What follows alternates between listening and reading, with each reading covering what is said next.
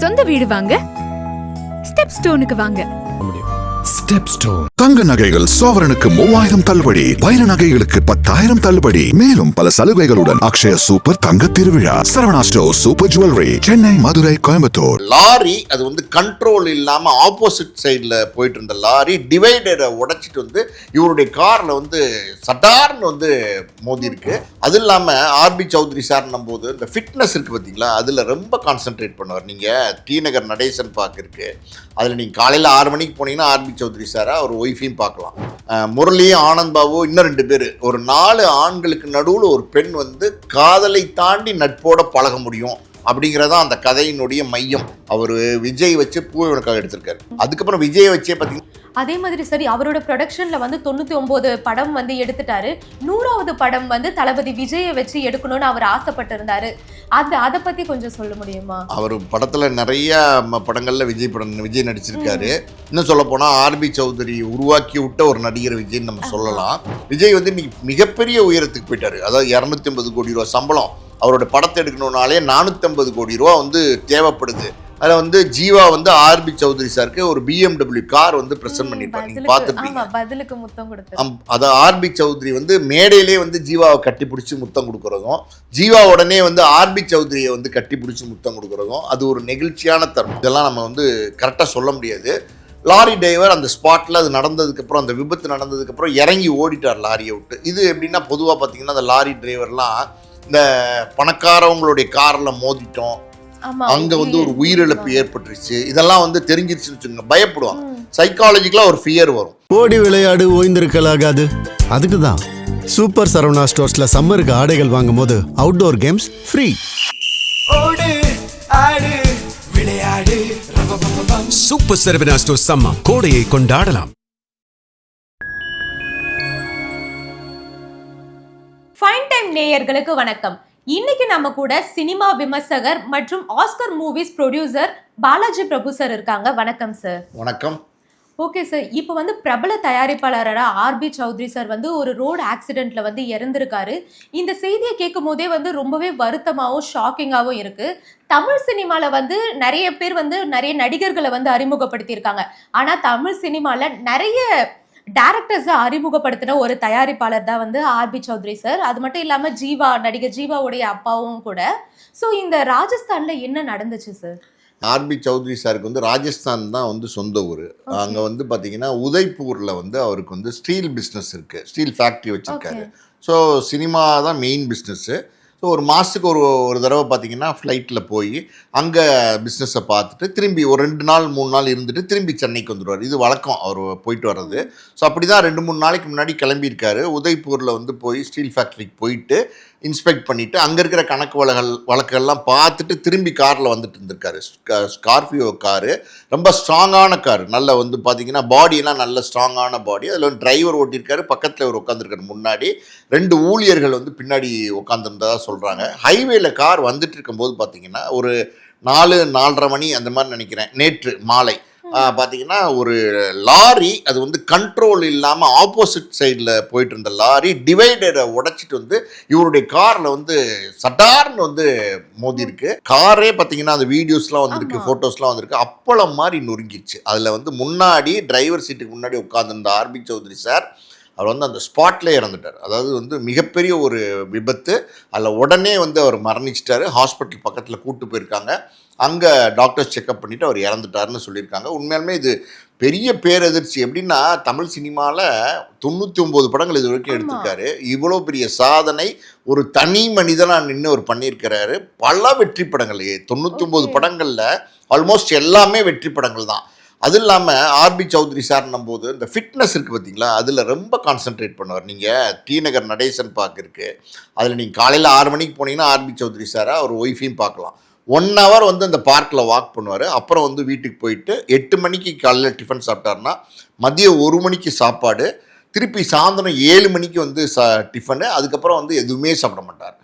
9 மணிக்கெலாம் பெட்டுக்கு போயிடுவார். ரொம்ப அதாவது வந்து ட்ரெட்மில்லு, எக்ஸசைஸு, உடம்பை ஃபிட்டாக வச்சுக்கணுங்கிறதுல ரொம்ப ரொம்ப மும்முரமாக இருப்பார். அப்படிப்பட்ட ஒரு பர்சனாலிட்டி. திடீர்னு பாருங்கள், என்ன தான் இருந்தாலும் இது எப்படி எடுத்துக்கிறதுனே தெரில. கேட்கும் போதே ரொம்ப ஷாக்கிங்காக இருந்துச்சு.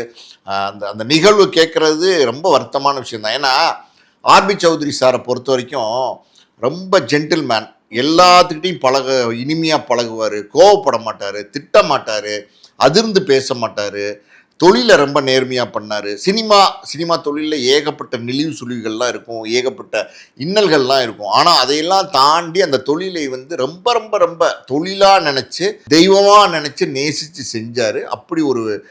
அப்படி செஞ்சதுனால தான் அந்த வெற்றி வந்து அவருக்கு சாத்தியமாச்சு. அப்படிப்பட்ட ஒரு தமிழ் சினிமாவில் எத்தனையோ பேரை வளர்த்து விட்டுருக்காரு. நீங்கள் சொன்ன மாதிரி பார்த்தீங்கன்னா பிரபலமான இயக்குநர்கள், இன்றைக்கி இருக்கிற பல பிரபலமான இயக்குநர்கள் R B Choudary sir super good ஃபிலிம்ஸ்லேருந்து வந்தவங்க தான். அந்த வகையில் அவர் தமிழ் படம் முதல் படம் எடுக்கிறார் புது வசந்தம். அந்த கதையே வந்து ஒரு வித்தியாசமான கதை. அதாவது சித்தாரா வந்து அதில் ஹீரோயினாக நடிச்சிருப்பாங்க.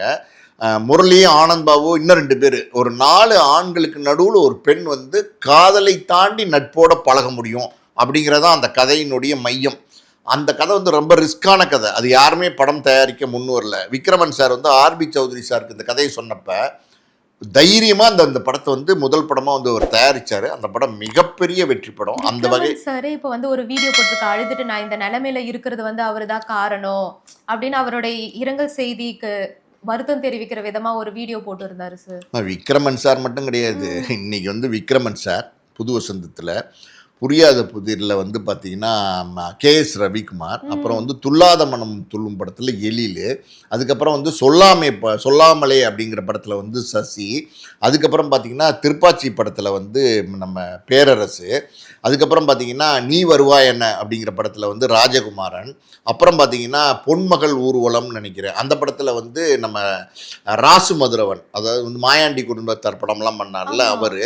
இப்படி வந்து அவர் அறிமுகப்படுத்திய இயக்குனர்கள் நான் சொன்னது ஒரு 4-5 தான். இப்போ நீங்க சொல்ற இயக்குனர்கள்லாம் கேட்கும்போது எல்லாருமே வந்து ஒரு இப்போ நல்ல பொசிஷன்ல இருக்க இயக்குனர்கள் தான். ஸோ இவங்க எல்லாரையுமே வந்து ஆர்பி சௌத்ரி சார் தான் இன்ட்ரோடியூஸ் பண்ணாங்க. ஆமாம்மா, ஆனந்தத்தில் லிங்குசாமி, பாருங்க லிஸ்ட்டை பாருங்க. இவங்க எல்லாருமே பிரபல இயக்குனர்கள், எல்லாருமே தமிழ் சினிமாவில் கோலோச்சின இயக்குனர்கள். இவங்க எல்லாருமே இன்னைக்கு பெரிய பங்களா, வீடு, காரு, ஒரு சொஃபிஸ்டிகேட்டடான மிகப்பெரிய ஒரு வாழ்க்கையை வாழ்கிறாங்க. அப்படின்னா அது எல்லாத்துக்கும் வந்து அடித்தளமாக இருந்தது. அது வந்து பிள்ளையார் சொல்லி போட்டது வந்து ஆர்பி சௌத்ரி சார் தான். ஆர்பி சௌத்ரி சாரை பற்றி சொல்லணும் அப்படின்னா அவர் எடுத்த படங்கள் எல்லாமே நல்ல படங்கள். 99 படமும் நீங்கள் பார்த்தீங்கன்னா எல்லாமே தரமான படமாக இருக்கும். அவருடைய பட நிறுவனத்தில் வந்து கவர்ச்சி, இந்த அதாவது இரட்டை வசனங்கள், ஒரு ஆபாசமான காட்சிகள், இது எதுவுமே இருக்காது.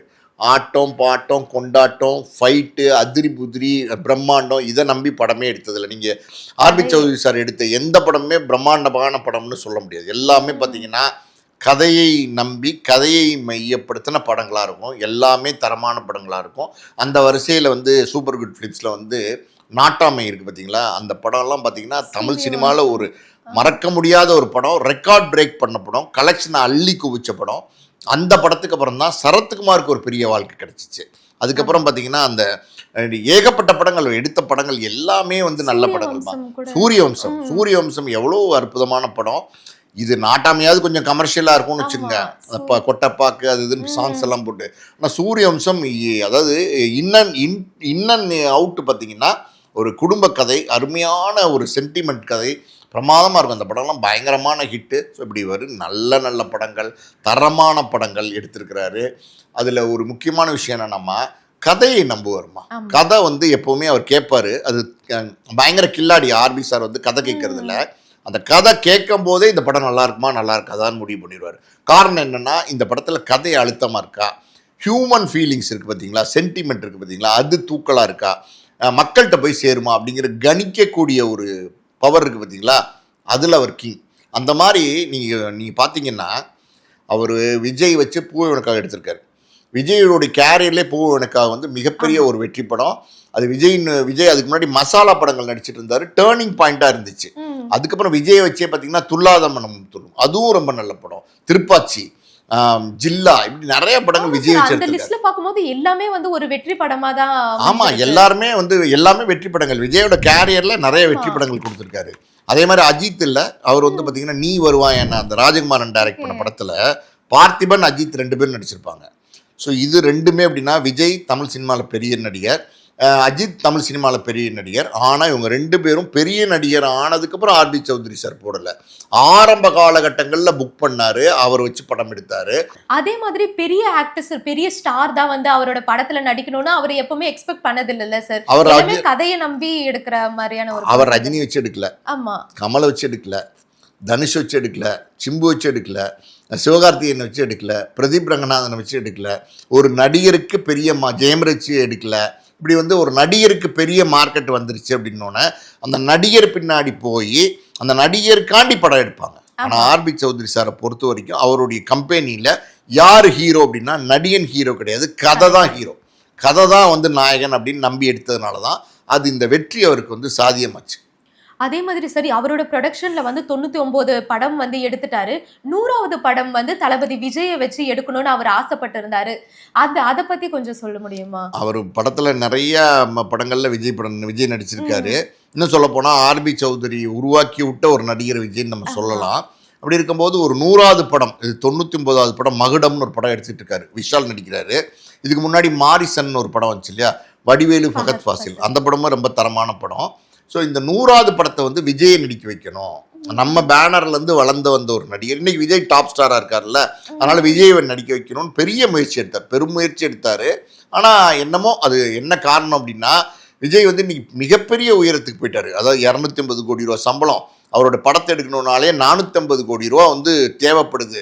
ஸோ அவ்வளோ பெரிய மாசான ப்ரொடக்ஷன் எடுப்பாரா ஆர்பி சௌத்ரி சார் அப்படிங்கிற எண்ணங்கள் விஜய்க்கு இருந்திருக்கலாம். அதனால் வந்து அதை தவிர்த்திருக்கலாம், என்ன நடந்ததுன்னு தெரில. ஆனால் வந்து தள்ளி போயிட்டே இருந்துச்சு, அது நடக்காமல் இருந்துச்சு. ஆனாலும் ஆர்பி சௌத்ரி சாருக்கு விஜய் வச்சு 100வது படம் எடுக்கணும்னு நினச்சார், அது நடக்கலை.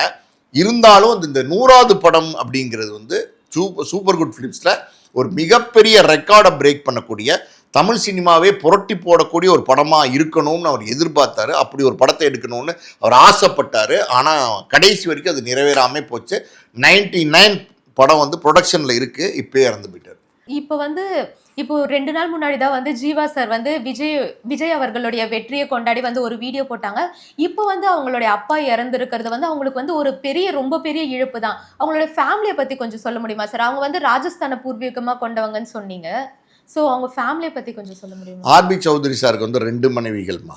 ஒரு மனைவி பார்த்தீங்கன்னா ராஜஸ்தானை பூர்வீகமாக கொண்டவங்க, அவங்களுடைய சொந்தக்காரர் தான் வந்து கல்யாணம் பண்ணியிருந்தாரு. அவங்களுக்கு பார்த்தீங்கன்னா ஜீவன் அப்படின்னு ஒரு பையன். அதுக்கப்புறம் வந்து ஜித்தன் ரமேஷ், சுரேஷ், 3 பசங்க. ஜித்தன் ரமேஷ் நம்ம எல்லாருக்கும் தெரியும், திரைப்படங்களில் நடிச்சிட்டு இருந்தார். அதுக்கப்புறம் பார்த்தீங்கன்னா அவருடைய 2வது மனைவி அவங்க வந்து பார்த்தீங்கன்னா ஒரு இஸ்லாம் மதத்தை சார்ந்தவங்க, ஒரு முஸ்லீம். அவங்க அந்த 2வது மனைவிக்கு இவருக்கும் ஒரு காதல் இருந்துச்சு. அது எப்படி ஏற்பட்டுச்சு அப்படின்னா, நான் சொன்ன மாதிரி பார்த்தீங்கன்னா சென்னையிலேருந்து ராஜஸ்தான் வந்து விமானத்தில் போகிறது ஒரு வழக்கம். அடிக்கடி போயிட்டு வருவார், எப்போ நினச்சாலும் போயிட்டு வருவார். இப்படி போயிட்டு வரும்போது பார்த்தீங்கன்னா அந்த விமானத்தில் வந்து ஜீவாவோட அம்மா அவங்க வந்து பார்த்தீங்கன்னா பணிப்பெண்ணாக இருந்தாங்க, விமான பணிப்பெண், ஹேர் ஹோஸ்டஸ்ன்னு சொல்லுவாங்க. அவங்க வந்து ஆர்பி சௌத்ரி சாருக்கு தண்ணி கொடுக்குறது, பிஸ்கட் கொடுக்குறது, இந்த மாதிரி சின்ன சின்ன இது டிஷ்யூ பேப்பர் கொடுக்குறது, இந்த மாதிரிலாம் வந்து ஹெல்ப் பண்ணுவாங்களே, ஜூஸ் கொடுக்குறது. இப்படி ஒரு கனெக்ட் ஏற்பட்டு அவங்க 2 பேருக்கும் அது ஒரு காதலாக மாறி அவங்கள வந்து திருமணம் பண்ணிட்டார். அவங்களுக்கு பிறந்த பையன்தான் வந்து ஜீவா. அவரோட உண்மையான பேர் வந்து அமர்நாத். அவங்க வந்து ஒரு கொடைக்கானல் சேர்ந்தவங்க. அந்த அம்மா, ஜீவாவோட அம்மா பார்த்தீங்கன்னா கொடைக்கானலில் சேர்ந்தவங்க. ஸோ அது முதல் மனைவி எனக்கு தெரிஞ்சு காலமாயிட்டாங்கன்னு நான் கேள்விப்பட்டேன், இறந்துட்டாங்கன்னு நினைக்கிறேன். ஜீவாவோட அம்மாவோட தான் இருக்கார். ஸோ அது ஒரு அன்பான குடும்பம்மா, எல்லாரும் ஒற்றுமையாக தான் இருப்பாங்க. 4 பசங்க, அங்கே 3 பசங்க, இங்கே ஒரு பையன், எல்லாருமே ஒற்றுமையாக இருப்பாங்க. ஆர்பி சௌத்ரி சார் மேலே அவ்வளோ பிரியமாக இருப்பாங்க. அவர் வந்து குடும்பத்து மேலே அவ்வளோ பாசமாக இருப்பார், அவ்வளோ கண்ணியமாக வச்சுப்பார். ஒரு உதாரணத்துக்கு நம்ம சொல்லணும் அப்படின்னா, ஏதோ ஒரு பட விழாவில் ஆடியோ ரிலீஸ்ன்னு நினைக்கிறேன், அதில் வந்து ஜீவா வந்து ஆர்பி சௌத்ரி சாருக்கு ஒரு BMW கார் வந்து ப்ரெசென்ட் பண்ணியிருப்பாங்க, நீங்கள் பார்த்துருப்பீங்க. பதிலுக்கு முத்தம் கொடுத்து அதை ஆர்பி சௌத்ரி வந்து மேடையிலே வந்து ஜீவாவை கட்டி பிடிச்சி முத்தம் கொடுக்குறதும், ஜீவா உடனே வந்து ஆர்பி சௌத்ரியை வந்து கட்டி பிடிச்சி முத்தம் கொடுக்குறதும் அது ஒரு நெகிழ்ச்சியான தருணம். நீங்கள் அந்த ஒரு வீடியோ இருக்குது பார்த்தீங்களா, அதுவே சாட்சி இவர் எவ்வளோ நல்ல குடும்ப தலைவனாக இருந்திருப்பார் அப்படிங்கிறதுக்கு. ஆர்பி சௌத்ரியை பற்றி பேசும்போது ஜீவா சொல்லியிருக்காரு, எங்கள் அப்பா வந்து ஒரு ஓஜி ப்ரொடியூசர் அப்படின்னு சொல்லியிருக்காரு. ஸோ இதெல்லாம் வந்து ஒரு சந்தோஷமான ஒரு நல்ல ஒரு நெகிழ்ச்சியான குடும்பம், நல்ல மனிதர் ஆர்பி சௌத்ரி சார். ரொம்ப பிள்ளைங்க மேலேருந்து மனைவி மேலேருந்து எல்லாருமே வந்து பாசமாக வச்சுக்கூடியவர், எல்லாத்துட்டையுமே பிரியமாக இருக்கிறவர். குடும்பத்தில் இருக்க மாட்டாரா, அப்படிப்பட்ட ஒரு தகப்பனை இந்த குடும்பம் வந்து இழந்திருக்கிறாங்க. உண்மையாலுமே அது வேதனை தான். Okay sir. இப்போ வந்து நம்ம அந்த ஆக்சிடென்ட் ஆன இது இப்போ பார்த்தோம்னா அவங்க என்ன சொல்லியிருக்காங்கன்னா, ஆப்போசிட்ல இருந்து வந்து இந்த டிவைடர் எல்லாம் இடிச்சிட்டு வந்து தான் லாரி வந்து இடிச்சிருக்கு. அப்பயுமே வந்து லாரி டிரைவரை வந்து காணோம் அப்படின்னு சொல்லியிருக்காங்க. இப்போ வந்து ஆர்பி சௌத்ரி சார் வந்து ஒரு பெரிய பிஸ்னஸ்மேன். ஸோ தொழில் ரீதியா ஏதாச்சும் நடந்திருக்குமா, இல்லைன்னா ஒரு ஆக்சிடென்ட் மாதிரி தான் இருக்கா சார்? எனக்கு தெரிஞ்சு தொழில் ரீதியாக நடந்துக்கிறதுக்கு வாய்ப்பு இல்லைம்மா. காரணம் என்ன அப்படின்னா, நான் சொன்ன மாதிரி பார்த்தீங்கன்னா எல்லாத்துட்டையும் நம்மள அன்பாக இருப்பார், எல்லாருக்கும் உதவி செஞ்சுருக்கிறாரு. அதாவது பல பேருக்கு வந்து சினிமா துறையில் வந்து வாழ்க்கை கொடுத்துருக்கிறாரு. ஒரு நல்ல மனுஷன். பேசிக்கலாக அடிப்படையில் பார்த்தீங்கன்னா ஆர்பி சௌத்ரி சாருக்கு எதிரிகள் இருப்பாங்களா அப்படின்னா, தொழில் போட்டியாக கூட இருப்பாங்களா அப்படின்னா இருக்க மாட்டாங்க. ஏன்னா தொழில் போட்டி தொழிலாளர்கள்ட்ட கூட அவர் அன்பாக பழகக்கூடியவர் தான். அந்த மாதிரி இருக்கிறதுனால இது வழக்கமாக ராஜஸ்தானுக்கு போயிட்டு அந்த பிஸ்னஸை பார்த்துட்டு திரும்பி வருவாருங்கிறது யூஸ்வலாக ஒரு விஷயந்தான். அப்படி நேற்று அது ஒரு விபத்து தான் நான் பார்க்குறேன். ஏன்னா பார்த்தீங்கன்னா அந்த லாரி டிரைவர் தூங்கிட்டு இருந்தானா, தண்ணி அடித்தானா, இல்லை டயர் எதுவும் பஸ்ட் ஆச்சா, ஏன் இந்த நிலை தடுமாற்றத்துக்கு காரணம், ஆப்போசிட்டில் போயிட்டு இருந்த லாரி ஏன் வந்து சடார்னு வந்து டிவைடரை தாண்டி ஆர்பி சௌத்ரி சாரை வந்து அட்டாக் பண்ணிச்சு, அந்த கார் வந்து ஏன் நொறுங்குச்சு, இதெல்லாம் நம்ம வந்து கரெக்டாக சொல்ல முடியாது. லாரி டிரைவர் அந்த ஸ்பாட்டில் அது நடந்ததுக்கப்புறம், அந்த விபத்து நடந்ததுக்கப்புறம் இறங்கி ஓடிட்டார் லாரியை விட்டு. இது எப்படின்னா பொதுவாக பார்த்தீங்கன்னா அந்த லாரி டிரைவர்லாம் இந்த பணக்காரவங்களுடைய காரில் மோதிட்டோம், அங்க வந்து ஒரு உயிரிழப்பு ஏற்பட்டுருச்சு, இதெல்லாம் வந்து தெரிஞ்சிருச்சுன்னு வச்சுக்கோங்க, பயப்படுவாங்க. சைக்காலஜிக்கலாக ஒரு ஃபியர் வரும். அது என்ன பண்ணுவாங்கன்னா நம்மள எதுவும் அடிச்சிருவாங்க. ஏன்னா ஒரு ஆக்சிடென்ட்னா போற வரவங்கலாம் கூட்டம் சேர்ந்துருவாங்களே, ஒரு 50-100 பேர் வந்துருவாங்க, நம்மள ஏதாவது அடிச்சிருவாங்க. ஏன்னா ஒருத்தர் இறந்தே போயிருக்காரு, அந்த குடும்பத்தை சார்ந்தவங்க உள்ள இருக்காங்கன்னு வச்சுக்கோங்க, அவங்க இறங்கி அடிக்கிறதுக்கு கூட வாய்ப்பு இருக்கு. என்ன வேணாலும் நடக்கலாம் அப்படிங்கிறதுனால விட்டுட்டு ஓடிடுவாங்க. இந்த மாதிரி பஸ்ஸில் ஆக்சிடென்ட் பண்ணுறவங்க, காரில் ஆக்சிடென்ட் பண்ணுறவங்க, லாரியில் ஆக்சிடென்ட் பண்ணுறவங்களாம் என்ன பண்ணுவாங்கன்னா நம்ம எஸ்கேப் ஆகணும்னு நினைப்பாங்க. அது ஒரு சைக்காலஜி தான், அப்படி தான் இருக்கும்னு நினைக்கிறேன். ஆனாலும் அந்த டிரைவர் வந்து போலீஸ் வந்து பிடிச்சிட்டாங்க, விசாரணை நடந்துகிட்டு இருக்கு. இப்போது இந்த மாதிரி ஒரு விபத்து நடந்திருக்கு, பிரபலமான ஒரு நபராக இருக்கிறதுனால இது வந்து திட்டமிட்ட சதியா அப்படிங்கிற கோணத்துலையும் போலீஸ் வந்து விசாரணை பண்ணிட்டு இருக்காங்க. Okay sir. இவ்வளோ நேரம் உங்கள் நேரத்தை கொடுத்ததுக்கு ரொம்பவே நன்றி சார். நன்றி.